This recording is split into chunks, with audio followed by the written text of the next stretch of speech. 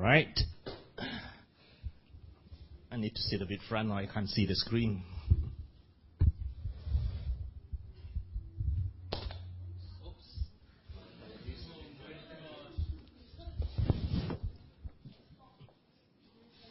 Okay, never mind. That's the furthest.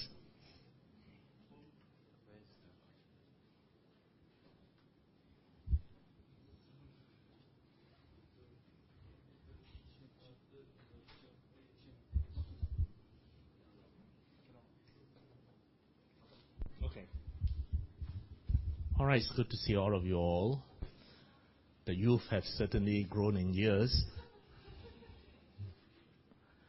All right, this afternoon, I want to share with you all on the life of the Lord Buddha, and we'll try and separate what is fact versus what is legend. I received this letter back in 2005, actually from a member of Buddhist fellowship. And he said in his mail, some years back when I was a nominal Buddhist, I followed my Buddhist wife on the Buddhist trail in India. And during the visit, I was so disillusioned by the many tales of miraculous exploit of Buddha that I gave up on Buddhism completely. Now, many of you here would have been to India on pilgrimage. And as you know, the local tour guide will bring you around and tell you here which miracle happened there, which miracle happened. Well, that's very common because that adds to the drama of the whole thing.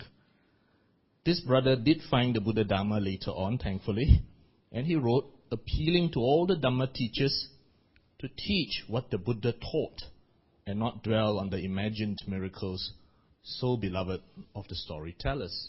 And I think this is very true and very important because we need to separate what is fact from what is legends. When we read the suttas, you have the suttas, you have the Vinaya, you have the narratives, you have the biographies. And I separated it that way. In the suttas, even within the suttas, you have the early suttas, and you have the suttas which are obviously compiled much later. And then, of course, you have the Vinaya, and the Vinaya begins with the Mahavagga and the Chulavagga, two narratives on the life of the Lord Buddha. That's obviously edited and written by someone. And then, of course, you've got a lot of narratives and commentaries, and you have a lot of biographies which are written hundreds of years later, all regarding the life of the Buddha. And that, within all this mass of information, we have to try and separate what is fact, what is legend, and more importantly, what is symbolism and allegory. You must realize that in a population 2,600 years ago that neither knows the written language nor the ability to write, symbolism and allegories are very important modes of transmission of concepts, especially complex concepts. This will avoid confusion and allow us to better understand the Buddha and what he really taught. And the Buddha's direct discourses in the oldest canonical records is actually mostly barren of miracles. But as time progressed, the loving imagination of devout disciples started to embellish simple and prosaic facts with multitudes of pictorial details, adding fantastic elements that the devout imagine befitting a great being. So we try to tell apart the Buddha of history from the Buddha of story. And this is not an easy task because much of the fables are actually deeply entrenched within common consciousness. Now you've got the traditional biographies, and this include the Buddha Charita. Then you have the Mahavastu, and you have the Lalita Vistara Sutra and the Nidana Katta. All these were written hundreds of years, 500-600 years after the death of the Buddha.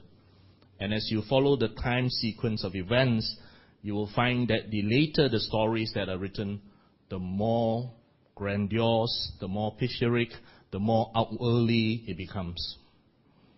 And many of the popular stories that we know about the Buddha's life is actually from these biographies.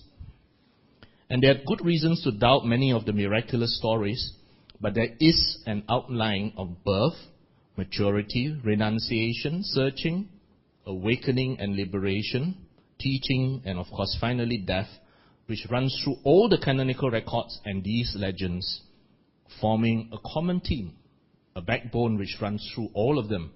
And this is very likely the simple reality and the truth. We know the place of his birth and childhood. Many of you had been to Kapilavastu. You can see the ruins there. And we know that he belonged to the Sakyan clansmen that dwelled along the Rohini River. And in any ancient society, living alongside the river has lots of advantage: water, transport, etc. And the legend states that his father was a king, Suddhodana Gautama, with the capital at Kapilavastu. But the reality is, it was a republic with an elected leader, and the father Suddhodana was not, as later legend had it, a king. Now, I'm sure many of you in Sunday school would have been told that the Buddha came from the warrior caste. Didn't it occur to you that he didn't come from nobility, but from a warrior caste? Theirs was actually a vassal state of the kingdom of Kosala, their overlord and master to the west. They had to pay taxes and tribute to Kosala in return for semi-autonomous rule. His father, Suddhodana, was the local elected Raja and answerable to the Maharaja in Kosala. An equivalent today would be he's something like a governor elected and answerable to a central government somewhere else. Nowhere in the Buddhist talks was his father described as a king. Now, this is another common legend that you are all familiar with, and it talks of his conception and birth. And this is, of course, a fantastic story, and you all will be familiar with the story that one night Maya had a strange dream in which a white elephant entered her side, went into her womb, and she became pregnant. This is a story from the Nidana Katha, the beginning of the Jakarta Tales. And this story implies a non-sexual conception. And this is actually a very common theme among many of the great beings and religious leaders, as many people then viewed the sexual act as negative, dirty, and it even went so far as to describe the Buddha, the baby Bodhisattva, being born from the right side of the abdomen instead of from the usual vaginal passages. Because birth too, with its attendant fluids, was considered negative, dirty, and according to custom, she returned to her parents' home for the birth and gave birth at Lumbini Gardens. You all are familiar with this story that he was born under a sala tree and named Siddhartha, and that the mother died 7 days later. That the mother died 7 days later is, of course, something common, as puerperal fever was a common problem in those days, and people do die about a week after giving birth. But very few people realize that nowhere in the Tipitaka does it ever mention that his personal name is Siddhartha. That is something which the storytellers added in, meaning that this baby fulfilled all wishes. We do know the place of his birth, thanks to the Asokan pillars that were put there. And Asoka became king about 150 to 200 years after the Buddha passed away. And you know, he had lots of rock edicts and pillars all over India. And the name of the Buddha was mentioned about 5 times in the edict. And the word Dhamma is written about 100 times in total in the Asokan pillars. This is, of course, important because this gives us some historical evidence of the existence of this man and his teachings. The very same mail that I received also reads, very often the introduction of Buddhism starts with the birth of the Prince Siddhartha, that at birth he walked 7 steps and then proclaimed that it is going to be his last rebirth. The brother wrote that to believe this would require as much blind faith as needed to believe of a virgin birth. Now, the miraculous birth of the Buddha had puzzled all of us, for hundreds of years. And while some are content to believe it as a myth and have no desire to look further, many of us think that this story is purely symbolic, a well-plotted yarn that inspired the faith of the Buddhists then, but confused many today. But it is canonical. It is found in the Majjhima Nikaya 123. Now this so-called miracle is possibly a later addition. Symbolically, it could mean that the Bodhisattva had already successfully cultivated the 7 factors of enlightenment in his past lives. Or it could also mean that this baby would in the future lead us out of the 6 realms of existence into Nibbana. Whatever it is, we do not know the reasons why the early authors put this in, and what is the symbolism it is trying to represent. We can only guess. Asita the ascetic is a simple story that many of you are familiar with, and it illustrates the principle of how with time we love to add drama to stories. You all are familiar that in the story of Asita, there is this either-or legend. And this hermit Asita noticed a radiance about the palace, and he interpreted it as a good omen, and it came down and was shown the child. And in the legend that we all are familiar with, Asita said that this prince, if he remains in the palace, will grow up and become a great universal monarch and subjugate the whole world, or at least the known world to him. But if he forsakes the court life to embrace a religious life, he will become a Buddha, the savior of the world. And I'm sure most people in this room are familiar with this story. But the sutras actually tell a much less dramatic story than what the legend tells. The sutta states that Asita went to Kapilavastu, where Suddhodana welcomed him and gave him the baby to hold. He examined the baby and proclaimed that he would attain complete enlightenment, reach ultimate purified vision, and proclaim the truth out of compassion of the many. Then tears welled up in his eyes. The Sakyans asked if he had foreseen some misfortune in the future, and he replied that he was sad because he knows that he would die before this occurs. Hence, he would not benefit from the teachings. Now, it was a common practice for a ruler to invite a holy man to bless and perhaps name his newborn son. Even today, you would invite a monk to come to your house, offer dana, and have him see your little baby, or maybe bless the baby, chant some verses for the baby. And likewise, it would have been very typical for the holy man to predict that this baby of a ruler would grow up to be a great man. Any other prediction would definitely cut short his career very fast. However, later retellings of the same Asita story, each more detailed and elaborate, now say that Asita predicted that this baby would either become a universal monarch or a Buddha. The dramatic either-or prediction is actually absent from the Tipitaka. So you can see how, from a very simple human story, it has now become a very dramatic story.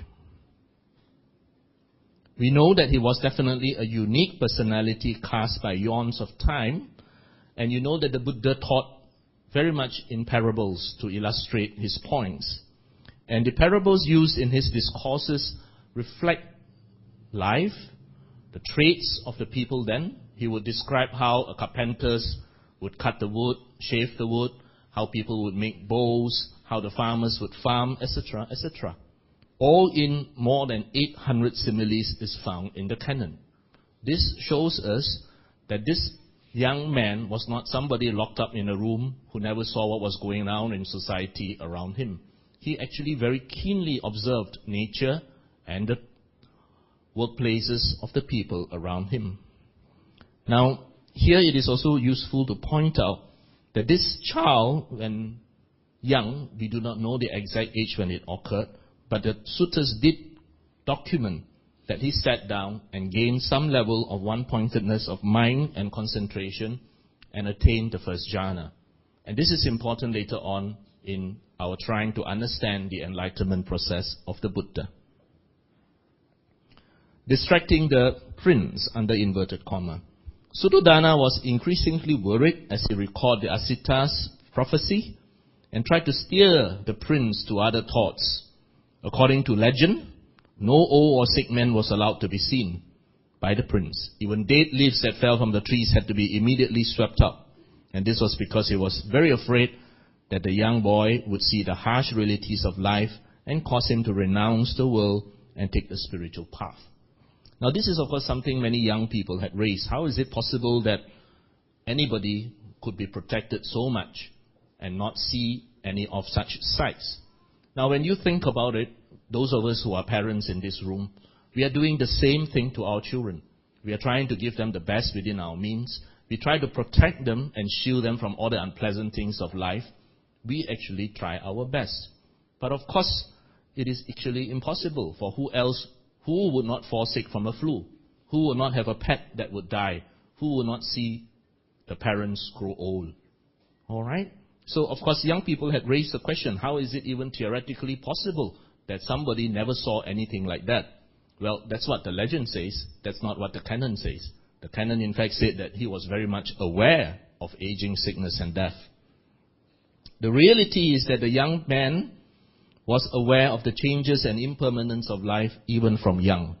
If you look at Anguttara Nikaya 338, he said, the thought occurred to me, when an untaught, run-of-the-mill person, himself subject to aging, not beyond aging, see another who is aged, he is horrified, humiliated, and disgusted, oblivious to himself that he too is subject to aging, not beyond aging. In simple words, all of us see such things, but all of us live in denial. Okay? It is if I, who am subject to aging, not beyond aging, were to be horrified, humiliated, and disgusted on seeing another person who is aged, this would not be fitting for me. As I noticed this, the young person's intoxication with youth entirely dropped away. This was a young man with a very keen insight into the realities of life, harsh as it may be.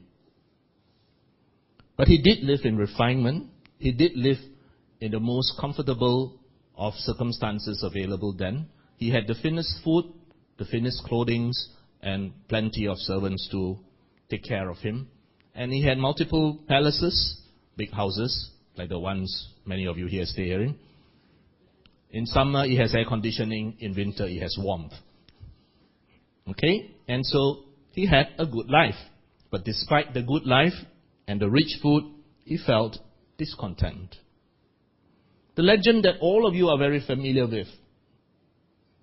All of you are taught in Sunday school about this legend. And this legend tells that one day while traveling, he saw 4 sights. An old man, a sick man, a dead man, and a monk. And it made him realize that luxurious life alone could not attain the real happiness of life. Now, this legend is not found anywhere in the canon. This is a completely man-made legend that fitted into the subsequent biographies very nicely to add drama to the situation. This is from the Buddha Vamsa and the Nidana Katha. Realistically, the prince realized these truths by himself and he began to contemplate them on his own. If you read the suttas, it talks about a previous Buddha who had these 4 encounters. And whoever wrote the biography subsequently did a cut and paste on the computer that was available then and transferred the story to the life of our historical Buddha. Now this is an age where living home on spiritual quests was an established part of the Indian culture. Just like all you young people here leave home to go to university. All you young people here may one day leave home to go somewhere for further training. So it is very much part of the culture. Therefore, Siddhartha, as we now know him to be called, renouncing was painful to the family, but certainly not uncommon. It is more useful to read this story as a parable. Palace life represents complacency and self-delusion, denial like all of us are in, while the vision of the 4 sights of the dawning of realization about the true nature of human life, with aging, sickness, and death being our common denominators, suddenly waking us up. It is like us seeing a relative, a close friend, pass away in an accident. And suddenly it jots on your consciousness that, hey, I may be young, but I can die too. Because we all live in self-denial. Ask anybody in the army, why do people join the army and charge in a battalion charge in a cavalry. That's because every man charging in a cavalry thinks that he will survive even though every other person will die. If not, nobody will charge in a cavalry. Alright? Now the sight of a spiritual seeker resonates with the common belief and feelings one gets on seeing a monastery, a temple, a church, or a mosque, that there is a religious solution to the problems of life. So similarly, when the young Bodhisattva saw an ascetic, he saw that there could be a solution to the problems of life by walking this same path. So why did the early spin doctors create the myth of Suddhodana being a king? This claim is likely made such that when the Bodhisattva comes to renunciate the household life, his sacrifice is seen as not merely the giving up of house and home, but the renunciation of palace and kingdom, of a rich heritage, and the certainty of becoming a great wheel-turning monarch. Notice, nobody predicted that he would be a great wheel-turning monarch. This was a later addition. Asita only predicted that he would be enlightened. Thus, the greater the sacrifice, the more dramatic the story. And all of us are familiar with this, that he left home in the still of the night, creeping into the wife's bed, looking at the sun, and then leaving, and then walking, and with a magical horse that leapt over the city gates, and magic doors that opened, and 1,000 devas to trumpet his way out. And then reaching a river, he cut his hair, took out his robes, gave it to Chana, and asked him to bring it back. We're all familiar with this story. But does the suttas tell this story? No. In fact, the suttas tell us a very human Buddha leaving home in a very humble way. This is what is said in Majjhima Nikaya 26. The Buddha said, "So, at a later time, while still young, a black-haired young man endowed with the blessings of youth in the first stage of life, and while my parents, unwilling, were crying with tears streaming down their faces, I shaved off my hair and beard, put on the ochre robe, and went forth from the home life into homelessness." This is the Buddha's own words on his renunciation.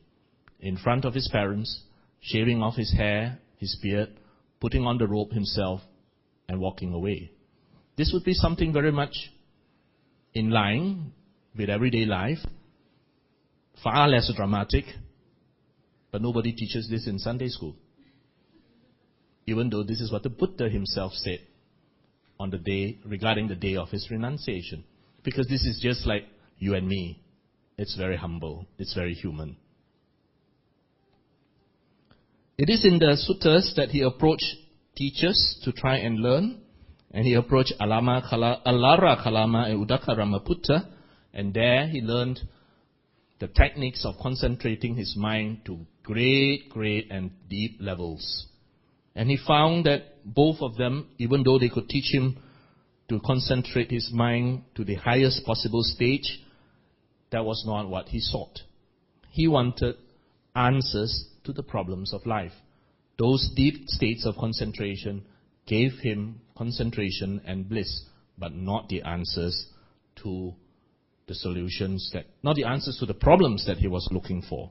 And he knew there was none capable to teach him what he yearned for, the highest truth. So he left. And he tried the ascetic practices. Now, many of us have a very negative image of the ascetic practices.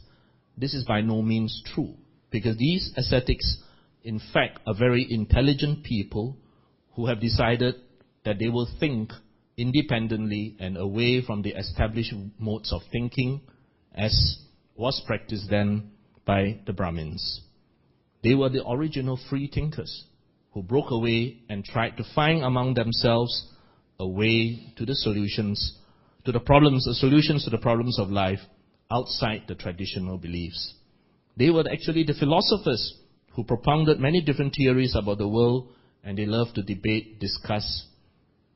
The only thing is they had a different dress code from what you and I would wear when you go to university. That's the only difference. They were the original independent think tanks. They are the original NGOs. So for 6 long years, the ascetic Gautama made a superhuman effort to practice all forms of austerity, trying to find an answer by punishing his body. And you know he was joined by 5 other ascetics. And he soon realized after 6 long years that enlightenment could not be gained with an utterly exhausted body. And you and I know that without this body you can do nothing. You depend on this body to help you walk the spiritual path. Physical fitness was essential for spiritual progress. And the 5 disciples felt disappointed at this change of syllabus, and they left him. The offering of the meal by Sujata is again well known to you, but this is not in the canon. In the canon, the Buddha mentioned about the meal offered to him before enlightenment and the last meal before Mahaparinibbana. But the name of Sujata is not mentioned at all. This is again from the biographies which came about much later. And you all know that after that, he decided to sit down and think it out. And there, you're all familiar with how Mara came, harassed him, sending in armies. The question I want to pose to you is Mara physical or is Mara in our minds? And the biographies gave very graphic description of Mara's army with red faces, green faces, weapons, etc., etc. And Mara himself appearing with 1,000 arms, each arm holding a different weapon. And the future Buddha won a peaceful victory by the use of loving kindness and the many, many perfections that he has mastered. We are all familiar with this story. All of the above is likely an allegorical account. The representations of abstract ideas or principles by characters, figures, or events in narrative, dramatic, or pictorial form. Very briefly, afterwards I will illustrate this further. Mara is in reality the defilements within our minds. Our greed, anger, lust, restlessness, guilt, doubt, everything that you have when you sat down just now in meditation. All the things that came out and told you, forget all this lah, let's go to Vivo City and jalan-jalan. Thus, before the Bodhisattva was enlightened as the Buddha, he too had defilements, but he was able to defeat them due to his great determination and the great virtues that he had. And you know that he attained the first realization in the first watch of the night, the recollection of his past lives. And during the middle watch, the clear realization of the passing away and the arising of beings in the world and their differences due to karma. Now I can tell you the American Constitution is wrong. All men are not created equal.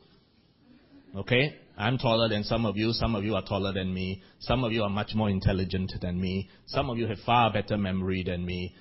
Alright, I'm a bit yellow skinned, some of you are darker, some of you are fairer. I've got white hair, you've got black hair. We are not created equal by any means. Alright, the last I looked, I'm a man, some of you are women. How can we be equal? Women are obviously superior. Alright? So there is the differences due to karma. And in the last watch of the night, he attained the clear realization of the extinction of defilements and the Four Noble Truths. He attained these 3 knowledges. His attainment of these 3 knowledges is the enlightenment of the Buddha. And from this point on, he is now no more a man, not a god, not a deva, not a gandhava. He is an arahanta sammasambuddha, one who on his own has awoken and transcended all defilements. Now from the Buddha's own words, this is very important. Where's Jason? Jason has disappeared. Oh yeah, Jason is there. Now this is very important and I hope you all will pay attention to this. From the Buddha's own words, we know that the enlightenment process spread over 3 night watches. That's about at least 9 hours. One watch is about 3 to 4 hours. They don't wear watches in those days, so it has to be a rough period of time. And we know from the Buddha's own words that his enlightenment process spread out over 3 night watches, about 9 to 12 hours, and was thus a gradual process. So Jason, you are not unenlightened this moment, and suddenly somebody switched on the light in this room, and you became enlightened. It is not, ding, I'm enlightened. It is a gradual process, and the process of enlightenment was guided by reason, as appear clearly from the Buddha's own words, in which he repeated 3 times, I directed my mind to the understanding of. This was a period of extreme mental clarity, where he focused his mind to recollect, analyze, understand, and solve the problems of life. He was not in some trance-like state, completely oblivious to the world. He was under a state whereby he was absolutely clear, rational, logical, able to look at and understand and solve the problems of life. That's why he became the Buddha. He awoke, while most of us are still living in a dreamlike, delusional state. Look at this story. I love this story. This is the story of the 3 daughters of Mara. Again, I want to ask you, is this physical or mental? Whether it is physical or mental, their names are amazingly educational. The 3 daughters of Mara did a striptease in front of the Buddha. And their names are Tanha, craving, endless desire, Raga, lust, Aradi, jealousy, aversion, or hatred. Now you tell me, which father would name his 3 daughters, one called craving, one called lust, one called jealousy? That the Buddha showed no reaction, even opening his eyes, refers to the fact that the Buddha was utterly removed from all those defilements. The people who wrote this were trying to teach you a little moral lesson through the allegory of 3 girls doing a striptease. Because if they told you that there was no craving, no endless desire, no this is this, boring, boring, boring. They told you there was a striptease. Everybody woke up. Would there be a striptease here after this? So this is a very interesting allegory with very interesting names. Now this is another one beloved of all of us. Those of you who had been to Mahabodhi temple will remember seeing this. 1 naga with 1 head. And then, of course, subsequent drawings, 1 naga with 7 heads. And you know that in the 6th week, according to the legend, according to the narrative in the Mahavagga, there was a heavy thunderstorm. And the Buddha stayed underneath a tree, whereby this serpent came out, called itself 7 times to form a throne for the Buddha to sit on, and then opened up his head and shielded the Buddha from the rain and the storm. We're all familiar with this story. We have all seen plenty of imagery relating to this. But to my very simple mind, isn't it just a tree that sheltered the Buddha? Because the Mukhalinda is actually the name of a tree. I tried to search for a picture of the tree on Google, but unfortunately Google didn't have it. This was the name of a tree. I've got the scientific name though. It would have been far more logical for me to have seen that there was a thunderstorm, and this was a big tree, and the Buddha was sheltered by a big, huge tree. The Mahavagga and the subsequent biography says that the Naga king came out and wound itself round. And the Mahavagga described the Naga as having 1 head with a big hood. By the time it reached the biographies, it became 7 heads with an even bigger hood. This occurs even in the 21st century. I'm sure many of you will have received this email, somebody proclaiming that, aha, we have found a Naga. And somebody very diligently on the internet found the original photograph. Now this is the danger when you embellish stories like that. When you embellish stories like that, somebody finds out this, and all your credibility goes. So while these are very nice, dramatic works, we have to be careful, because you will lose all credibility. Just like this well-intentioned digital cosmetic surgery for the poor snake. I will stick to my tree. But we do know the site of the Enlightenment. Many of you had been there. And you all know that the Buddha sought the ascetics out. And he went first to Deer Park at Sarna, where the 5 former ascetics who used to train with him were staying. And there the Buddha taught them the middle way. Between extreme punishing of the body and the extreme luxuries of life is a middle way that all of us follow. Now the middle way for every one of us is different. For the monks, the middle way is the 227 precepts. For you and me who are householders, our middle way is the 5 precepts. You're a very serious meditator, your middle way may be the 10 precepts. So all of us have a slightly different, a slightly differing median. Okay? He also taught them the Four Noble Truths, and he taught them the Eightfold Path. And listening to this, Dhammacakkappavattana Sutta, the first discourse of the Buddha, Kondana, while listening to the teaching, became enlightened. He understood what the Buddha said. And the Buddha joyously uttered, "Oh, Kondana has realized, Kondana has attained the truth." Please remember that if you read the sutta very carefully, you will have read that Anna Kondana was sitting there listening to the Buddha, just as all of you now are sitting here listening to me. That enlightenment was a process of Kondana understanding what the Buddha taught. That is Sana, of course. And of course, Kondana went on to be asked to be ordained and became the very first monk. Very interestingly, shortly afterwards, a lay person called Yasa came into the scene. And this is very important because when the Buddha met Yasa and he shared the Dhamma with Yasa, Yasa became enlightened. This is a very important lesson for all of us because the Buddha's teachings does not stamp lay followers as second-rate Buddhists. On account of social and family obligations, of course the householder will find it more difficult than the monk to gain inner detachment and reliefs. But it is possible. And the canon lists 21 householders who became arahants without ever being monks. And the list is incomplete because the list does not include ladies. So if you add ladies, it will be a far more longer list. Now at Sarna, the Buddha, when he first met Yasa, didn't start telling Yasa about Four Noble Truths, dependent origination, 37 factors of enlightenment. No, none of that. He taught Yasa about good, about bad deeds, about the consequences of good and bad deeds. He even spoke to Yasa about heaven. Things that any one of us would teach anybody who is eager to learn about morality, good versus bad. And it is only later, when Yasa was ready, did the Buddha teach him about the fruits of renunciation, the Four Noble Truths, and the Eightfold Path. So please do not run a Sunday school and start teaching children, memorize the 37 factors of enlightenment, memorize the 12 links of dependent origination. That sort of syllabus will be very, very wrong because the mind is not ready to accept such profound teachings. The story then goes on as how the Buddha went on to teach the three Kassapa brothers.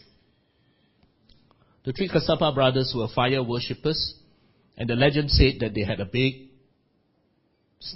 serpent, that could spit venom and fire. And the legend goes on to say how the Buddha was in a room with this serpent. And this serpent started spitting venom, and the Buddha went into meditative state, a fire kasina, and he started to glow and turn white hot, emitting fire from his body. And how when the venom from the serpent met the fire from the Buddha, it was like Star Wars. That was the nice legend.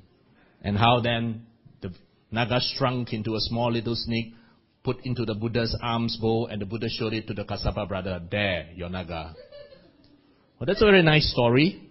And that story is found in the Mahavagga, the narrative in the Vinaya.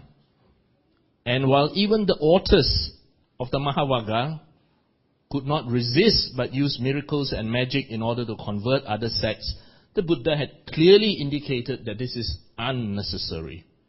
Ehi pasiko, the Buddha said. The Dhamma appeals to our reasonable and rational thinking and allows us to investigate, experience, and validate. In other words, here is a product, you try it and see whether it is what it claims to be. The Buddha teaches the giving up of evil, the cultivation of good, the purification of the mind, and the highest of all, Nibbana, the cessation of defilements, and the transcendence of suffering. There is nothing religious in any of these things. You all just recited the 5 precepts. There is nothing religious in the 5 precepts. Nothing. They are all secular precepts which helps us to be better people. It is a way of wisdom, compassion, and loving kindness. Deliverance is not to be realized in the external world or the intervention of a savior or God, but is found within oneself. There is no creator God in Buddhism, unlike other religions. And of course, when the Buddha started teaching this, it went directly opposite to mainstream teaching, not only then, but even now. And the absence of a creator God who judges, rewards, and punishes is probably the single most important point differentiating the Buddha Dharma from other religions. Other religions involving God or gods either utilize fear, as in a god of lightning striking you with lightning or banishing you to hell, or rewards, that if you are loyal and you comply with my commandments, you go to heaven, either a carrot or a stick. Now the visit to Kapilavastu is another story that many of you might be familiar with. There was another big miracle that occurred on the visit to Kapilavastu. But the reality is, his own relatives, not surprisingly, rejected him. That is the harsh reality as you read the story. And is it surprising? This is not surprising at all. Because let's say I'm from Johor Bahru now, grew up in Johor Bahru, for example, educated in Johor Bahru with lots of relatives and friends. I leave Johor Bahru, I come to Singapore. 6 years later, I go back and I tell the people there, aha, I'm enlightened. How many people do you think in Johor Bahru would believe me? Similarly, all your uncle, aunties, gu jiang, gu jie, yi po. How many of them will think that this little fella, who I used to know running around, now suddenly comes back and I'm to bow down to him? Think about it. So as you know the story, when he went back to Kapilavastu, his relatives completely did not show any respect. They did not bow to him. They did not do what would be considered the appropriate behavior. And that was when the Mahavaga and the commentaries and the biography stated that he did a great miracle. He rose in the air and started to emit fire and water. This was almost like an alien, you know. And then, of course, his relatives, on seeing all that, started to realize what a great, powerful man he is and paid homage. Now, this is not in the discourses of the Buddha. These are in the narratives. Now, the stories of miracles is part of Buddhist mythology.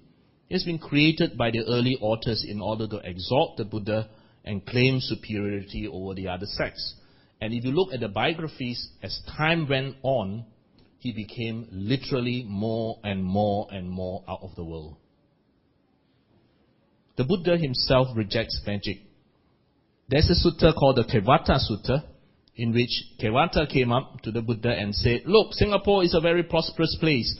Why do you not appoint one sales rep here and get this sales rep to perform all kinds of magic and miracles, and there all the Singaporeans will believe it, and they will all be converted. Well, that's the modern paraphrasing of what this first paragraph says. But the Buddha replied, Kevata, I do not teach the law to monks in that way.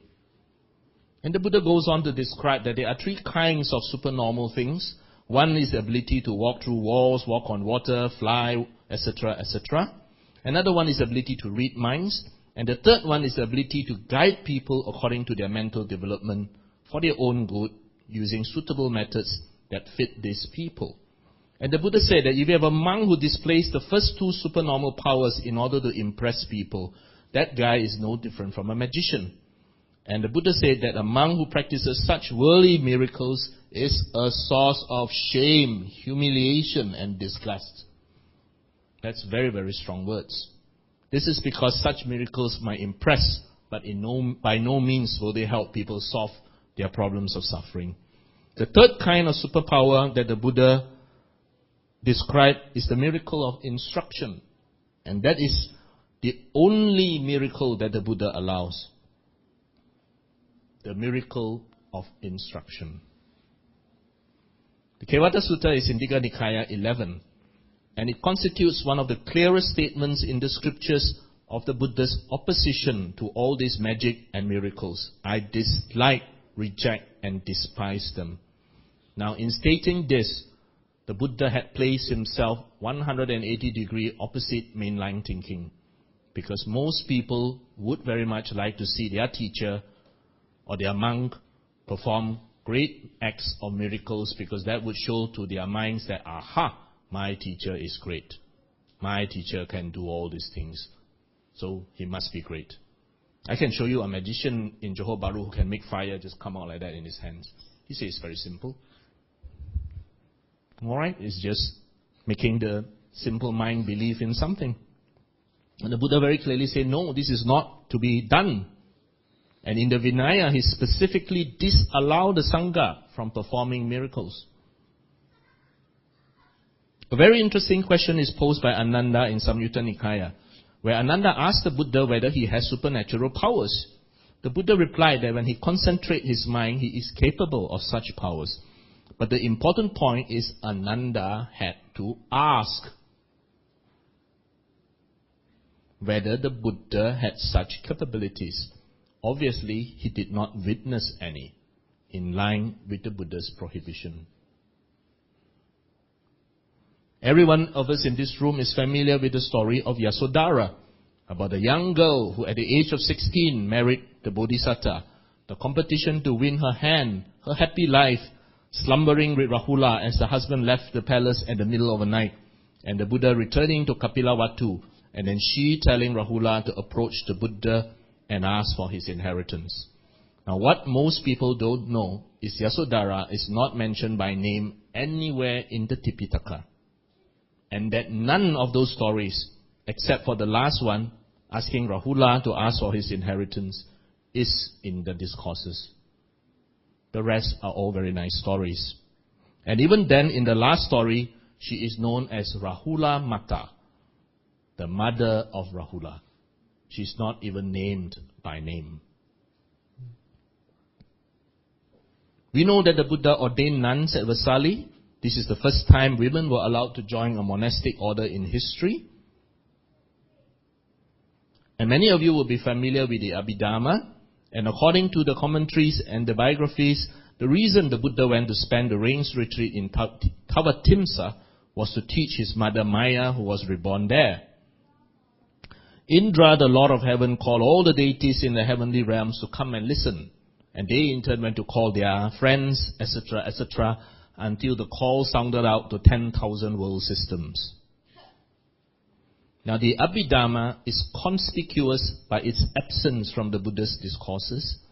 The account of the first council described the recitation of the Vinaya and the Suttas. No mention of the Abhidhamma. As the Abhidhamma developed in the centuries after the Buddha's passing and the books of the Abhidhamma Pitaka were gradually composed, pressure grew to have them considered canonical and included in the Tipitaka. When this happened, an explanation of their origin was needed, and the legend of the Buddha going to heaven to teach the Abhidhamma was born. Interestingly, this legend is not even mentioned in the Abhidhamma Pitaka itself, but only in the much later commentaries. Now, you all are maybe familiar with the miracle when the Buddha finished teaching the Abhidhamma, how he came down and there were 3 staircases. This was supposed to be at Sankisa, and Indra, the king of the Devas, made up 3 staircases, a gold staircase, a silver staircase, and a jewel staircase.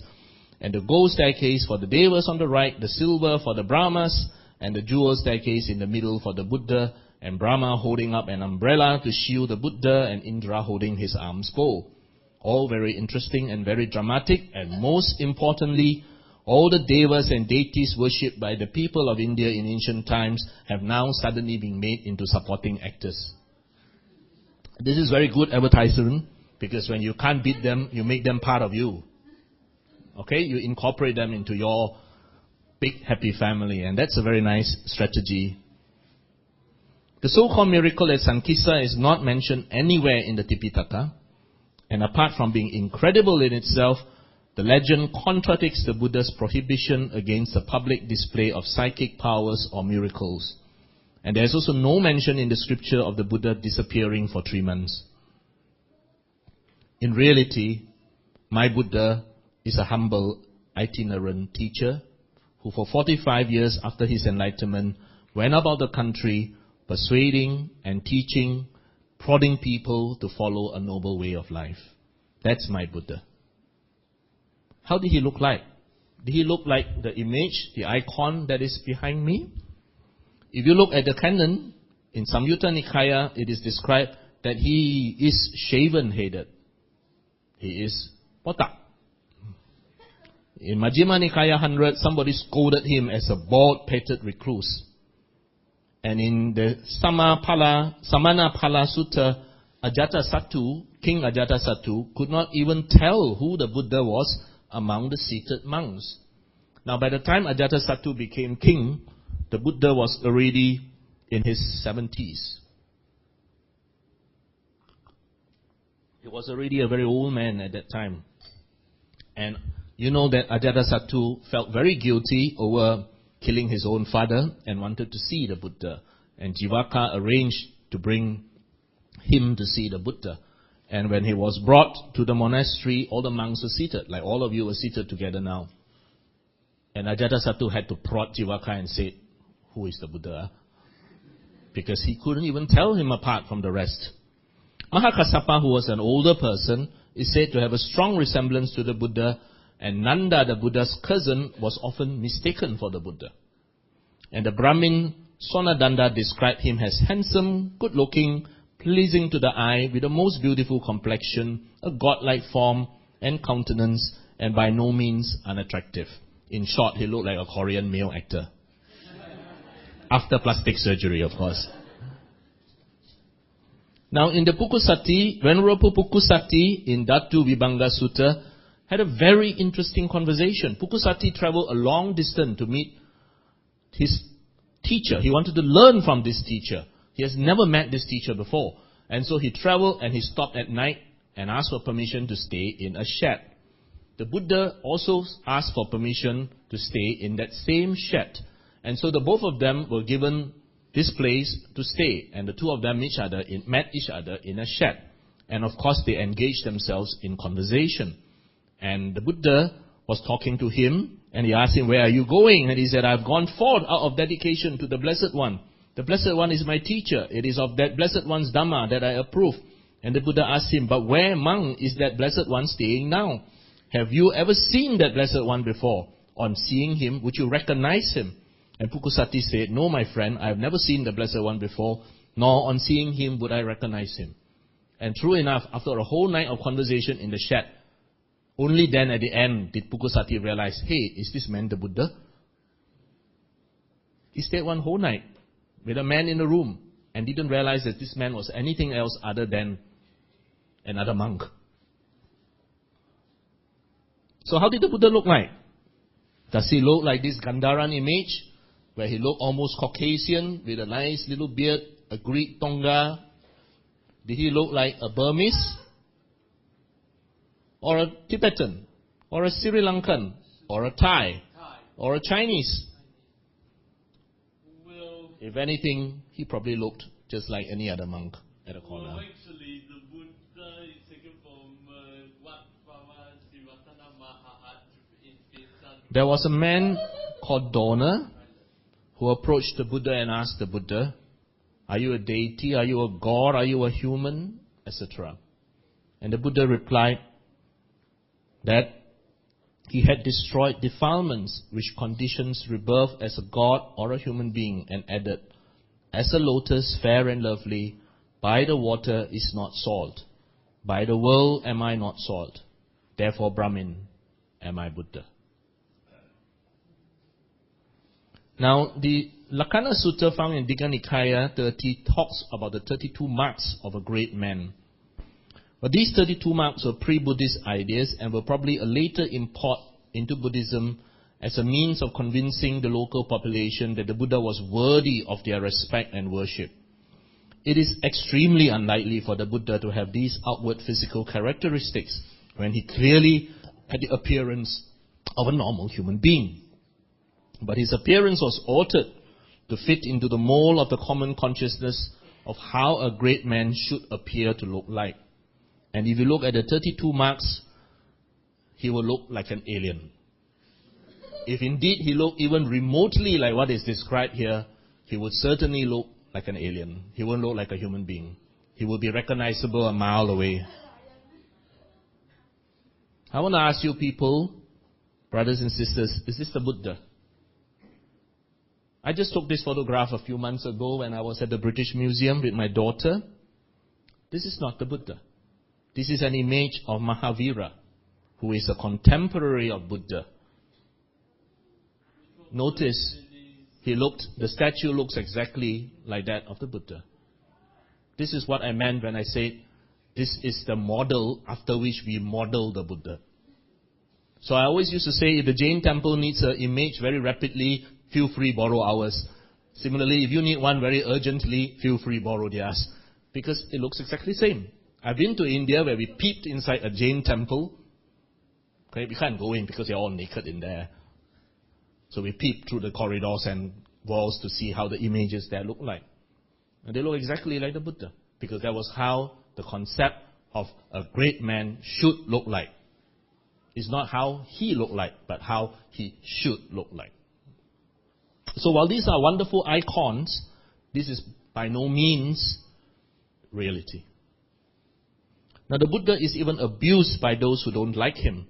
And in the Dhammapada he described himself as like an elephant, enduring an arrow shot from a bow, and he will endure false accusation, for the mass of people have no principles.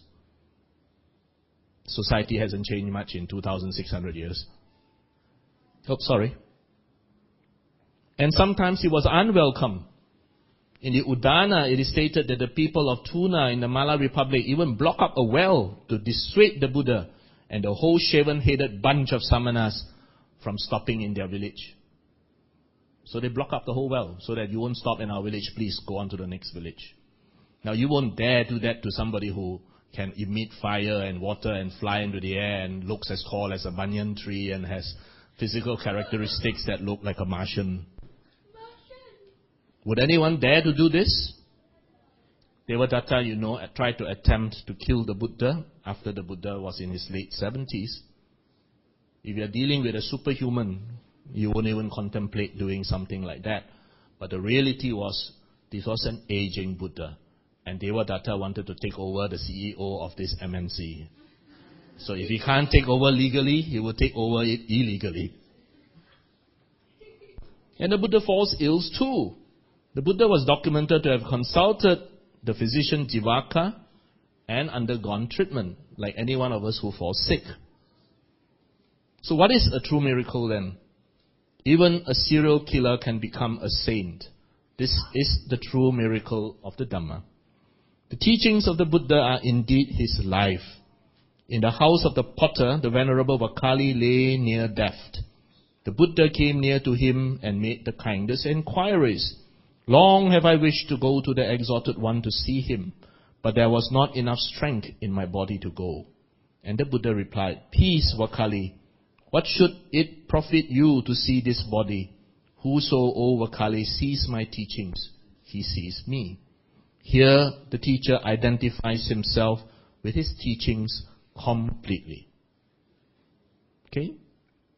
This is also important. Metta Karuna, loving kindness, is the essential trait in the Buddha's character, and the one trait all of us must cultivate. Hatred does not cease by hatred, but only by love. This is the eternal rule.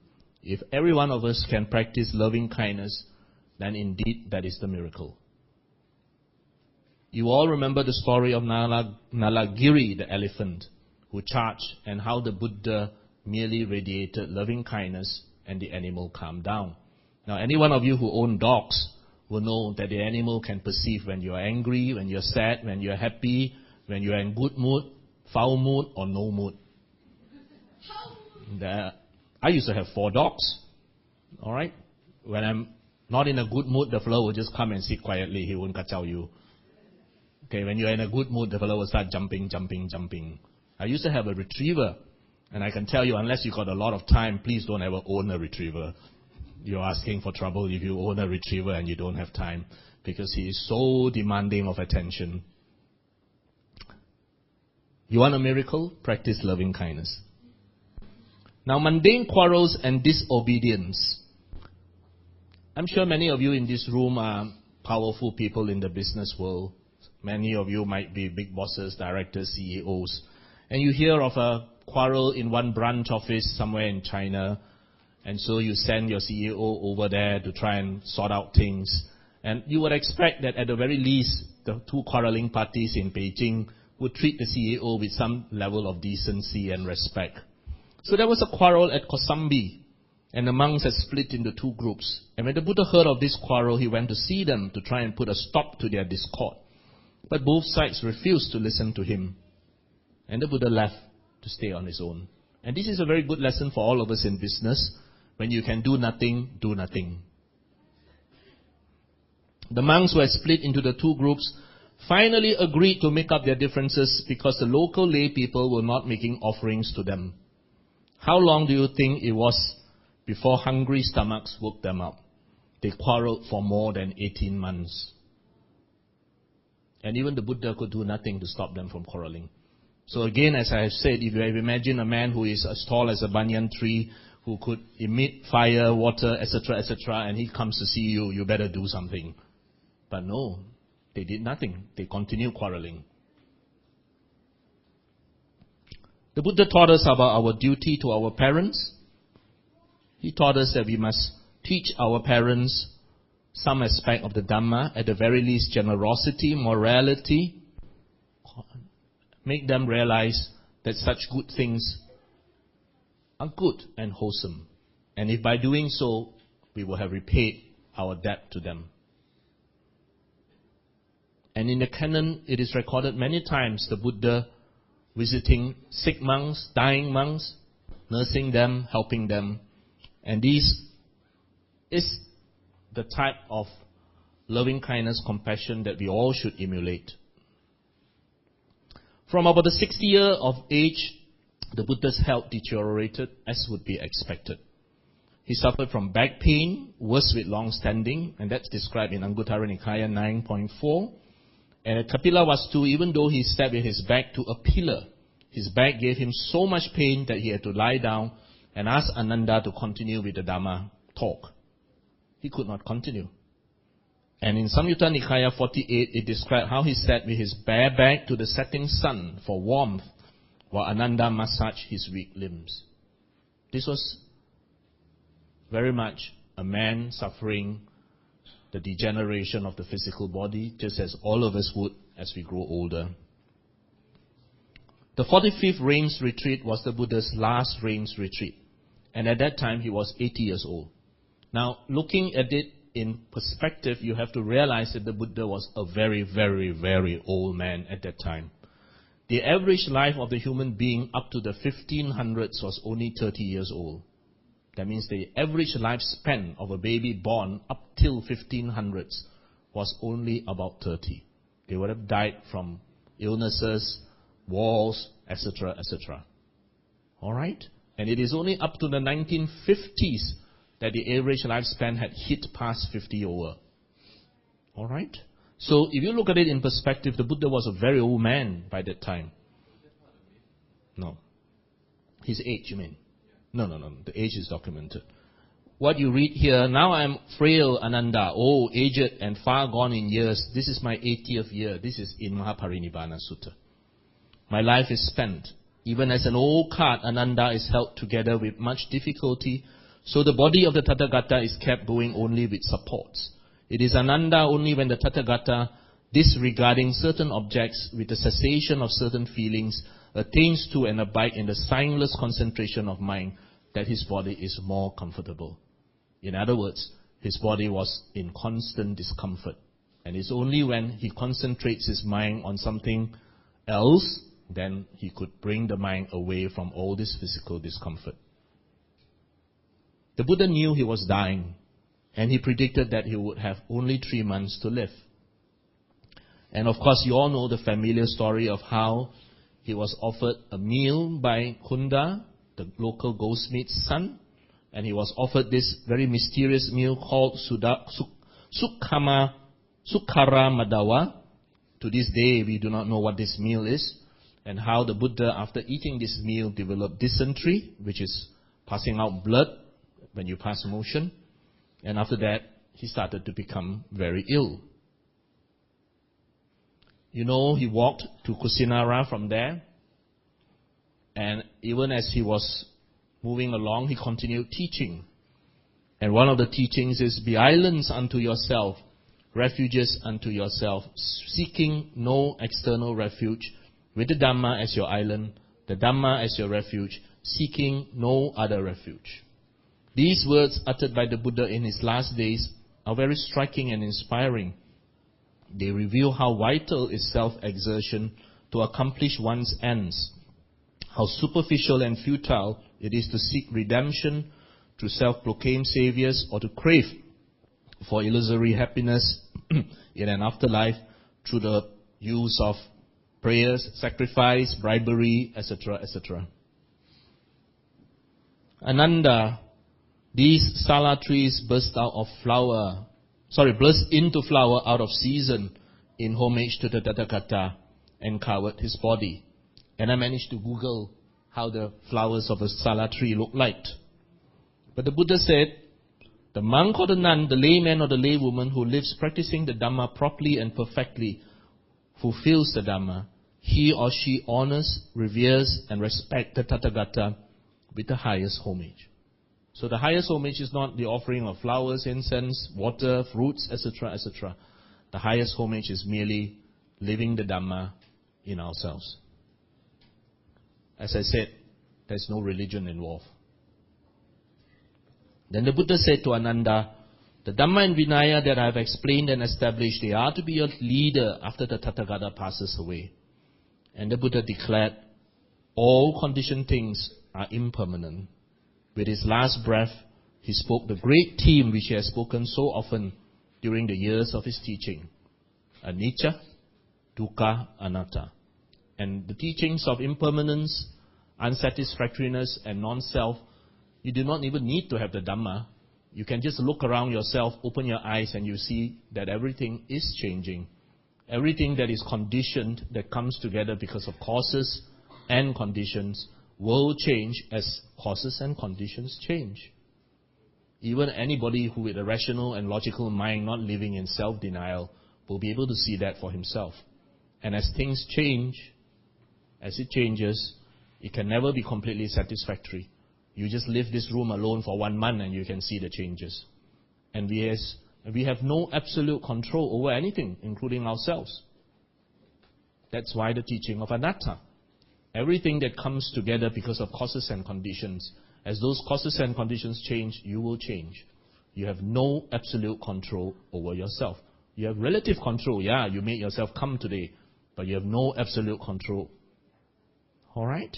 But the teachings of anicca, dukkha, and anatta are again completely logical, rational, and something that you can see for yourself. Then he added his very last words, Appamadena sampadeta, strive diligently. The priceless legacy of the Buddha to the world is the understanding of truth as a means to liberation. Knowledge liberates. His body was cremated at Kusinara, as you all know, and many of you would have been to the Calcutta Museum and actually seen this. This is locked up in one corner of the Calcutta Museum. When I went there many years ago, the poor venerable who was taking us literally had to go to the office to plead and beg for them to open up that section for us to see this. I have brothers and sisters in Metta Lodge who went just a year or two ago, and they say it's much easier now. You just pay the guard some money and he opens it up. So no need to go and plead. He said just give the guy some money and they open it up. But what is important is when you go to that section, you will see this too. These are little urns, only this big. And on it is written these words. The inscription says, this urn with relics of the exalted Buddha of the Sakya was donated by Sukiti and his brothers together with sisters, sons and wives. This is important because this tells us that there was a physical man who actually walked this earth, who died, who was cremated and had his little ashes kept in a little urn and buried somewhere. Alright? The most important symbol of the Buddha to me is not an image of how we imagine him to look like, this serves as a wonderful icon, because worldwide everybody who looks at this icon will know, yes, the Buddha. So it serves as an icon, just like you click Internet Explorer on your computer. It just represents something. You can change the icon to your father's photo if you want, and click it. As long as it leads you to Internet Explorer, that's okay. It's just an icon. So the image that we have is just an icon. The most important symbol of the Buddha is not the image of how we imagine him to look like, but to me, his footprints. You will know, of course, that for the first 500 years after the death of the Buddha, the only icon was that of either the footprints or an empty throne or a lotus. And I think that that was very important, because the Buddha did emphasize that his physical body is unimportant. It is his teachings which is important. Hence, the footprint is very, very important, because we are literally trying to follow the footsteps of the Buddha. And I think that the ancients were very wise when they chose the footprints as the icon of the Buddha, because that is what we want to follow, his footprints. The Buddha was a human being. As a man, he was born. As a Buddha, he lived. And as a Buddha, he died. Though human, he became an extraordinary man due to his unique characteristics. And this little statement by Buddhadasa, one of the great monks of the last century, is very, very enlightening. He said, and I read, "The real Buddhism is not books, not manuals, not word-for-word repetition from the Tipitaka, nor is it rites and rituals. These are not the real Buddhism. The real Buddhism is the practice by way of body, speech, and mind that will destroy the defilements in part or completely. Though a person may never have seen or even heard of the Tipitaka, if he carries out detailed investigation every time suffering arises and scorches his mind, he can be said to be studying the Tipitaka directly and far more correctly than people actually in the process of reading it or reciting it." All right? I remember maybe a few years ago, it was very popular to have these little gadgets which will recite and recite. You just on it, Or nowadays, of course, you just put a DVD and on it, and it plays all the suttas and all that. And you keep on doing that, in the end, your CD player becomes enlightened. Okay, you remain ignorant because you have even no idea what the chanting is all about. His teachings as laid down in his discourses is his life in the truest sense, not the narratives or the legends. Thank you.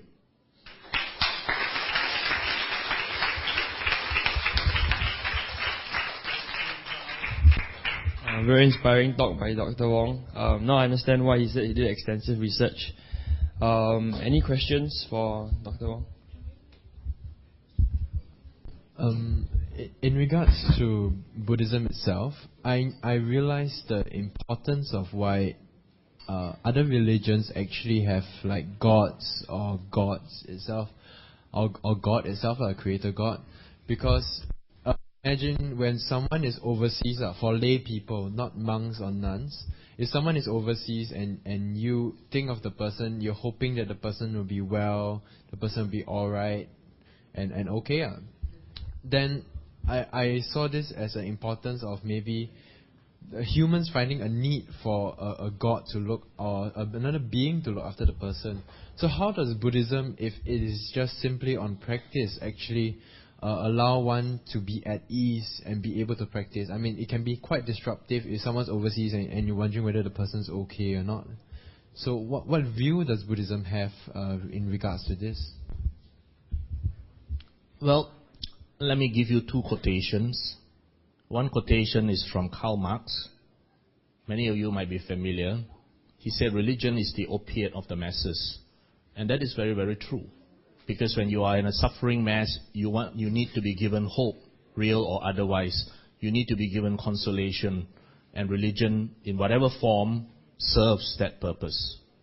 In whatever form, it serves that purpose. The second quote is Voltaire, a French philosopher. He said, "If God does not exist, by God, we have to create him." Because we need that father figure. And you must understand that what the Buddha taught is reality. Now, let me put it this way. You have the theistic religion, which believes in the presence of a creator God, or all-knowing, omniscient, etc., etc. And then you got atheism, the other extreme, which doesn't subscribe to the presence of any God or gods. But I do not know whether you realize Buddhism is neither theistic nor atheistic. Buddhism is actually non-theistic. That means to say, Buddhism or the teachings of the Buddha Dharma does not deny the existence of God or gods. It doesn't deny that. Okay? But what it tells you is that while the God or gods live incredibly long durations of life, and that they are within their own means of existence, powerful in their own aspect, they are not eternal. Neither are they omniscient nor omnipotent. Okay? So, if you look at the canon, you will see many gods appearing here, there, everywhere, participating in the discourses, asking questions, etc., etc. For example, a very popular sutta that all of you may be aware of and may chant, the Mangala Sutta, was not asked by man. The Mangala Sutta was asked, the questions were posed by gods, because they were wondering what is the most auspicious blessing. And they couldn't find the answer, and somebody told one of the gods, oh, there's an enlightened being downstairs, why don't you ask him? Or upstairs, whichever you look at it. If you are from Australia, it's upstairs. So this God actually came and asked the Buddha. So what brother is raising is that if somebody is very, very far away, for example, and you're thinking of him, it is very consoling to know that there is a big brother somewhere who is taking care of the person, who is watching over a person. Well, that is the opiate of the masses. I'd rather be sure that there is a big brother actually walking on the earth, call an uncle, a friend, a brother, who is actually helping me keep an eye on that person. Far more realistic. But nevertheless, human beings, being unenlightened, need to have some form of spiritual guide, spiritual help, spiritual big brother protection. And it is because of this very need that you see that a very human teaching slowly over the years evolved to become almost like any other religion. As I said, if you look at the history of Buddhism, if you look at the Buddha Dharma, almost by 500 years after the Buddha's passing, it became another religion. Alright? Within a very short period. 500 years is a very, very short time. Within 500 years, it has evolved itself to become what Vataya said, if he doesn't exist in a God, as a God, by God, we have to create him as a God. Because people need that. What the Buddha came to teach, what the Buddha taught is not to patronize us, but reality. He taught us reality. It is not whether we like reality, we don't like reality. Reality is reality. That is the honest truth. Okay? Well, of course, there's absolutely nothing wrong with beliefs in gods, belief in devas, and even within the teachings of the Dhamma, you will read, for example, in the Ratana Sutta, how the people there would pay homage, make offerings to the devas. So the Buddha did not say that you must cease, thou shalt not make any offering to any deva besides me. There is no such statement. Alright? You do not read, thou shalt not bow before any graven image besides mine graven image because I'm jealous. You do not read of such things. Okay? Not in the canon. So, you read in the canon that the people of those days, besides listening and learning the Dhamma from the Buddha, they too would pay homage to whatever gods, whatever devas that was popular in that time. What the Buddha wanted them to realize is that those devas are just as unenlightened as you are. And while they are long-lived, while they may be powerful in their own ways, they are similarly like you, unenlightened. And they are by no means unchanging and eternal. So you read in the canon, in fact, if you go to Samyutta Nikaya, there's at least, I don't know how many chapters in there, which is actually dedicated to the talks the Buddha had with the devas. Okay?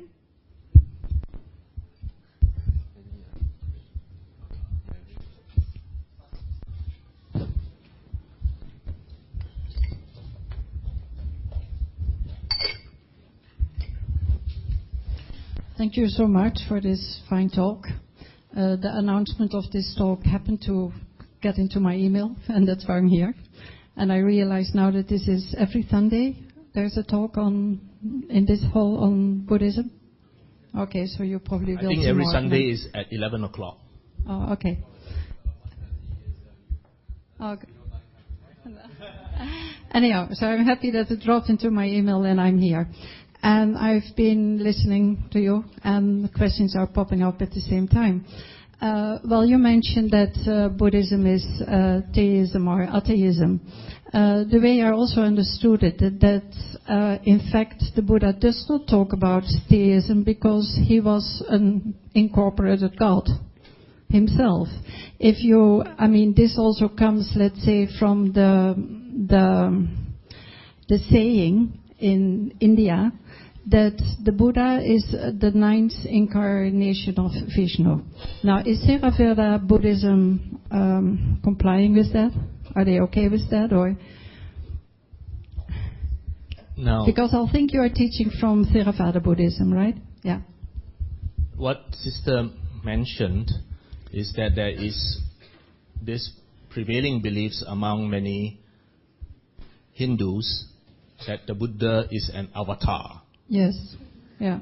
Like in your movie, The Avatar, there is a prevailing school of thought among the Hindus that the Buddha is one of the many avatars of one of their gods. And this thinking or line of thought is, of course, not consistent with what is found in the Dhamma, and at least among Theravadan Buddhists, it will be inconsistent with the teaching that the Buddha is not a god by any means. He himself have clearly denied that he is a god, as was questioned directly by Dona. He denied that he is a god, but that he is a man like you and me, who lived a very human life and who became enlightened, became a Buddha, and died. Now, the topic of a God, a powerful God who lives on and on and on, and who appears and reappears in different forms on earth to help people, is of course a common theme found in many philosophies. But certainly that theme is not consistent with Theravada Buddhism. Even within the latest schools of Buddhism, among, for example, certain Mahayana schools, they also believe in the 3 kayas of the Buddha, and that what appeared on earth was merely one of the avatars of an eternal Buddha. Now, that is actually not consistent with what I would call early Buddhism, and what, as far as we know, is the teachings of the historical Buddha. All right? Yeah. Is it okay if I ask another question? Yeah. If I understood well, you mentioned, or it was mentioned, that Kondana was the first disciple of the Buddha. I always have understood it was Ananda. Okay. Ananda is a cousin of the Lord Buddha, and Ananda joined the group when the Buddha went back to Kapilavastu. The first monk, the first person to become enlightened is someone called Kondana, and after that he was renamed Anakondana in honor of the fact that he became the first person to be enlightened. Okay, Ananda came into the picture a little bit later. Okay. Another one? Yeah, I really enjoyed your talk. About Jesus Christ, who was manifesting a lot of psychic powers. How is Theravada Buddhism looking towards that? Or what is their view on that? How does Theravada Buddhism look onto miracles? I thought people who show the miracles. People who show that they do, that they can, like Jesus Christ did. I thought I answered your question in the talk just now. And I missed it. In the Kevata Sutta, the Buddha very unequivocally said that no, this is not to be done.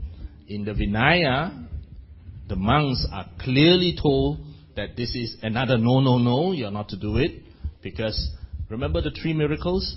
The first one, can walk through the wall, you can walk on water, you can fly in the air. The second one, how you can read somebody's mind. And the third one, educating somebody. The Buddha said that the only miracle he allows is the third one, educating someone. Not the first 2, which he described as no more than just a cheap magician's trick. There is a story in the Vinaya of a monk who went around and was very tempted to retrieve a sandalwood alms bowl put on top of a pole. There was this man, the story goes, that put up a sandalwood alms bowl on top of a pole. And he said, all the different sects here, of which there are 6 or 7, let's see who is the most powerful. You try and retrieve that alms bowl placed at the top of a very tall pole. And so they all tried their miraculous powers to bring it down. And then this monk saw it and said, with little difficulty. So he levitated himself.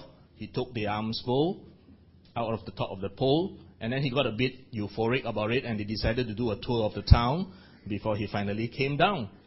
Okay? And when the Buddha heard about it, the Buddha admonished that monk in really the strongest possible terms that I can think of. He told the monk that you are no different from a prostitute who, for the sake of a few kahapanas, and in this case, your miserable sandalwood alms bowl, would go and show off, just like a prostitute would lift up her garment.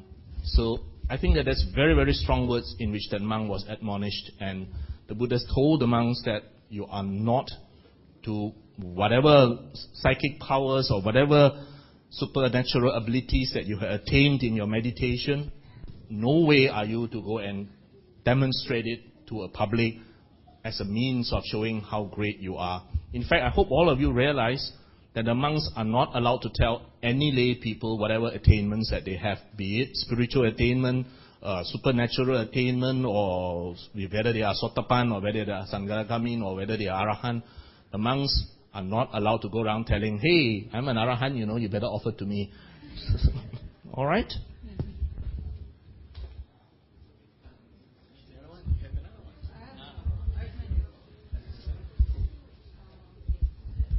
Hi, I just wanted to offer something additional about the Vaishnavite theory that the Buddha was the 9th avatar of Vishnu. Now, this belief comes from a class of literature called the Puranas, and they were written about 700 years after the Parinibbana of the Buddha. And you can actually look at the Samyutta Nikaya. In the first Samyutta, the Buddha is actually recorded as having a conversation with Vishnu. But in the Pali, Vishnu is called Venu. So it can't be a case that the Buddha is talking to his own primordial noumenon when he's down here. So I think this theory just evolved, as the Hindus got a lot more competitive, with the different forms of Buddhism that had evolved by about 700 years after his passing. So that is the problem with the 9th avatar theory.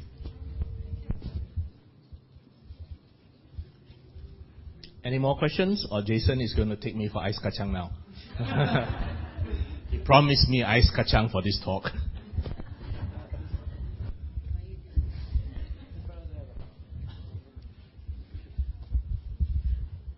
Okay, my question is, if these supernatural manifestations, these abilities are wrong, how about healing? I know in various traditions, especially Mahayana, some healing are offered. Is healing mystery, is this wrong? I would suggest if you are sick, please go and see a competent doctor. All right? You do, by all means, do metta chanting, pray to whatever you feel good, because of course the mental and spiritual aspect is very, very important in the healing process. I'm not downplaying any of that.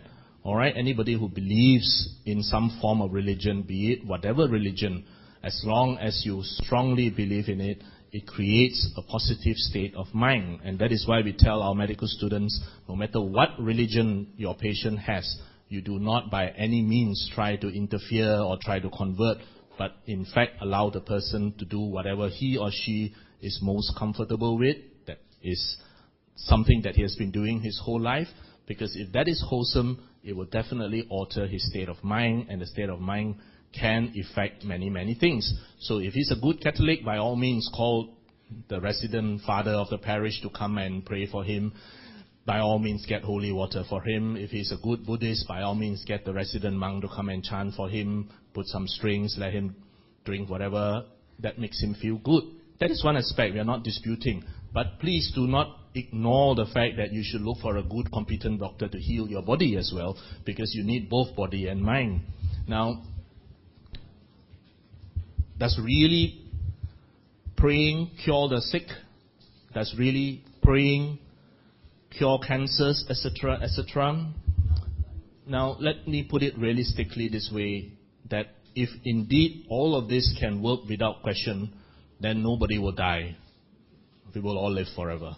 The very fact that all of us will still die, all of us will still go on and fall sick, tell us that there is something that we cannot do for this body beyond what nature has designed it. In other words, it's anatta. You have no absolute control over this body. You can want or wish or demand that I can will this body not to fall sick but to live forever. But remember, the Buddha taught you anatta. You have no absolute control, because this body is not yourself. Okay? The very fact that you cannot demand that by praying, look, if I pray to Mr. A, if I make offerings to Mr. A, if I pledge my loyalty to Mr. A, and Mr. A in turn ensure that I will not fall sick and that I will live forever, that is...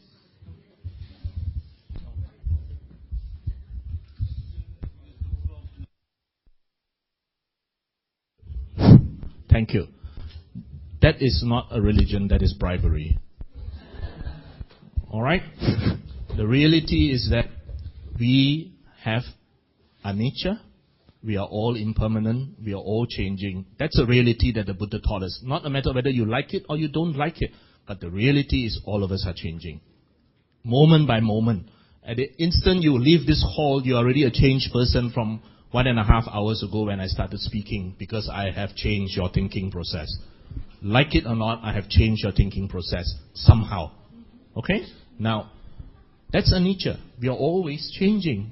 Oh, sorry. That's anicca. And because it's always changing, inevitably you're going to get unsatisfactoriness. Dukkha. Okay, dukkha is not just suffering. Dukkha is unsatisfactoriness, frustration, that is dukkha. And the third teaching being anatta. You would like to have control over yourself. You would very much like to say, I do not want myself to fall sick, to do this, to do this, to do this, whatever. But the reality is, as we said, you only have relative control over your body. You do not have absolute control over your body. And what we demand of the religious teacher, in whatever form he is that we want absolute control of our body. We do not want to fall sick. We do not want to die. And even if we die, we want to live forever in another heaven. So now this is what people want. And that's why deathbed evangelism is very successful. I can be a damn good deathbed evangelist, I can tell you. Because all I got to do is to tell you what you want to hear. Now when you are a sick person, undergoing chemotherapy, whatever, you only have one wish. You want to be well. And here comes this great man who tells you, believe in me and you will be well. And even if you do not even become well, it's alright, because after you die, you will be well and you will live eternally. Nice sales pitch, win-win situation, nothing to lose. Alright? So, by all means, let the person go to his teacher, go to his favorite monk, priest, imam, whatever. Do that part that is necessary to calm the mind and to make the mind feel better. But by no means forget, look for a good, competent doctor, because you need both of them. And even if you do not get well, accept the reality that this is anatta. Okay? Now this is what I mean. We all live in delusion. Actually, the Buddha's teachings are very, very obvious if you just look around. But we all live in denial of it. Even when a person dies, if you go to the wake, Don't you all realize that the man is dressed in a nice suit with beautiful makeup? He looks so alive.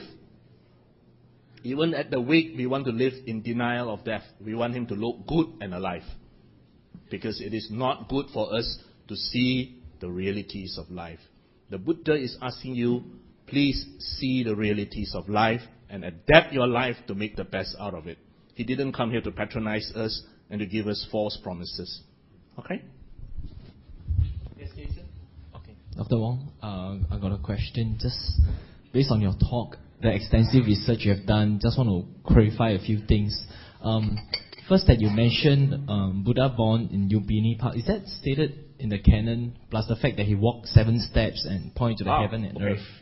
That he was born in Lumbini Park is not stated in the canon. How about the 7 steps? The 7 steps and saying, I am chief, I am the noblest, that is in the canon. Yes. And that is why I was mentioning just now that how do we explain for that part? Because that is in Majjhima Nikaya. That is canonical. And that was why I said, was that symbolism? Was that put in to try and tell us something? The original meaning has already been long lost. And now the trouble is we are reading it as a literal fact. Mm-hmm. Okay? I'm not saying I can explain everything. There are a lot of things I can't explain. But what Jason raised about a baby walking 7 steps to the north, okay? The lotus is legend. The lotus is not there. Or the lotus popping up is legend. Now, the part about Brahma holding an umbrella, that's legend. Because in Majjhima Nikaya, it says that the baby walked 7 steps and he held his own umbrella. Okay? And then he declared this statement. So we do not know whether that is pure symbolism. But yes, that is canonical. All right. How about the story? Sorry, just want to clarify if you think Nalagiri, is it in the canon as well? Which one? Nalagiri is found in the Mahavaga. So meaning it's... Mahavaga is a narrative of the Vinaya. As I told you, the Vinaya starts with 2 books, the Mahavaga, the Chulavaga, and they are both narratives. That means somebody narrate the life of the Buddha in the Mahavaga after his enlightenment. So it starts with the enlightenment of the Buddha and what happened. And the story of Nalagiri is in the Mahavaga. Okay. Am I right to conclude that that means we do not know the name of so-called the Buddha? As you mentioned, it's not stated as Siddhartha. Similarly for his wife Yasodhara is not stated. Siddhartha is nowhere mentioned in the canon. In the canon, if you look, people who are not followers of the Buddha, they will call the Buddha Gautama. Okay? Which will be considered as not very polite. Because it will be like calling somebody's surname. Okay? It will not be considered polite. Because the students of the Buddha Dharma will not call the Buddha by the word Gautama. Okay? Then there were, when we chant, we are teacher of humans and of gods. And it was mentioned that he ascended from the vulture's peak. Am I right? Is it in the canon that he really ascended from the vulture's peak to give his teachings to the gods? The one that you show us the picture coming down, the jewel, the gold, and the story of the Buddha going to Tavatimsa heaven to teach the Abhidhamma is not in the canon at all. Okay? Not in the canon at all. When we chant the Itipitso and we say that he's a teacher, Sattha Deva Manusanam, that is referring to the teacher, Gautama Buddha, as being a teacher not just to the human race, but even to the unseen beings. And that is why, for example, as Brother Dad can tell you, in Samyutta Nikaya, there's a whole section called Deva Samyutta, in which the Buddha taught the Devas. Okay? But did he ascend from Vulture's Peak? That's not to my knowledge. But the legend says that he descended into Sankisa after the teaching of the Abhidhamma. But that's completely legendary. Moving on from Jason's question just now, is Yashodhara, whose name is actually not mentioned, and Siddhartha's name is also not mentioned, right? Then how come in the Sutta itself was mentioned Rahula's mother? Rahula Mata. Does that mean that Rahula was the only name that was non-fiction? Rahula, the name Rahula is found in the Mahavaga. Okay? So you're asking me, is that name non-fictional?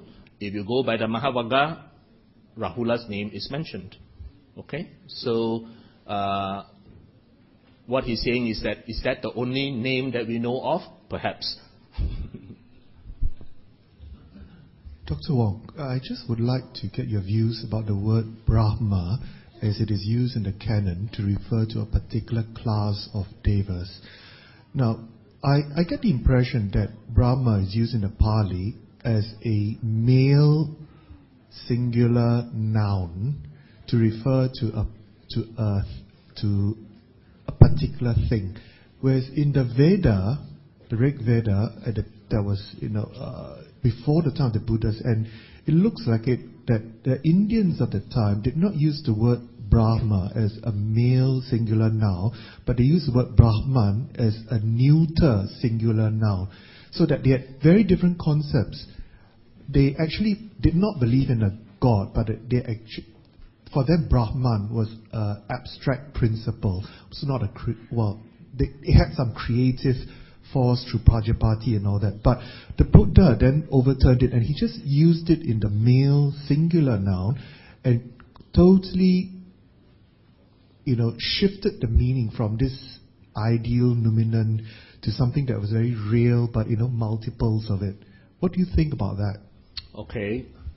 I can only say I will try to answer that because usually things which do not directly lead to enlightenment I'm not very interested in. So I'm not very interested in the names of all the heavens, for example. To me, that's superfluous. Okay? But there is something I can comment on that. Now, how do you become a Brahma? Let's say this brother here, his determination in his life is to become a Brahma. So he says, Dr. Wong, can you tell me how I can become a Brahma? So I will ask him, why do you want to become a Brahma? Such a boring life, leading such a long time, But anyway, he wants to become a Brahma for reasons that he knows best. So I would tell him, to become a Brahma in your next life, you first and foremost have to develop deep levels of concentration. Because one of the conditions for rebirth as a Brahma is your ability to concentrate your mind to deep levels, like what the Buddha trained himself to do. Beyond even the fourth jhana, you got to go deeper than that. And if you can do that, then you condition your mind to be reborn into a Brahma realm. Okay? Now the other thing you have to realize is that when you talk about the Devas and the Brahmas are slightly different from the viewpoint of the Dhamma. If you talk about the Devas still have sensual pleasures, physical sensual pleasures. And the Devas still have males. The Devas still have females. So you've got female Deva, you've got Devis, for example. Alright? And the Deva realms are in fact still within the sensual realms. We are in the sensual realm. The Deva realms are also within the sensual realm. But when you go to the Brahma realms, like Brother there said, you have already transcended male and female sex. So when we talk of the Brahmas from the Buddhist viewpoint, okay, you have the Brahmas in the image of, under inverted comma, godlike beings who have deep powers of concentration and who no longer have an interest in the sensual pleasures. And then you have the Brahmins, which is really a caste of people. And it might interest you to know that in the Buddhist time, the highest caste was not the Brahmins. The highest caste in the Buddhist time was the warriors. Okay? The second caste after that is the Brahmins. But the Brahmins were already making inroads. Slowly they will become the top caste, and the warriors will drop to the second. And then you have this caste of people called the Brahmins and the Brahmans. And you will remember that the first person the Buddha met actually, one of the early people met by the Buddha after his enlightenment asked, who is a Brahmin? And the Buddha said, not by birth, but by what you do that determines. So you have these few concepts. The concept of one, a being that's extraterrestrial, that became so because of deep levels of concentration, and who had already transcended what would be sensual pleasures. So, is he sexually neutral? Perhaps you're right. That concept still holds true, because they do not engage in sensual pleasures anymore. Secondly, you have a caste of people who are hereditary and who consider themselves as above the rest because of their knowledge of the sacred texts, the sacred chants, the rituals, the fire sacrifices, etc. And they consider themselves as higher than the other human beings because they know these family traits. But the Buddha very clearly said, no, a Brahmin or a Brahman is not one who gets born into these families, but one who behaves morally. So, I hope I've answered your question to some degree. All right? Hi, Dr. In Venerable Mahindra's talk, one of his talk, he mentioned on higher knowledge. And one type of higher knowledge is actually developing psychic powers. So he mentioned that in forest monks, they actually do practice to a certain level of psychic test. So on that basis, if a monk does on not to showcase but to test it out, is it still acceptable? Well, first, I'm not a forest monk, so I can't really tell you much about that. But what you said is as what the Buddha said, that when you develop the ability to concentrate the mind, then certain things naturally come along, not because you demand it or train for it, but it's part of the big hamper that comes along with concentrating the mind into great stillness, the ability to perceive things that the ordinary man will not be able to perceive. Okay? And of course, what we do not understand, we would call as a miracle. I mean, if you bring your handphone back 50 years, that would be a miracle. If you show Avatar, the movie, back to Charlie Chaplin's crowd, wow, that's a miracle.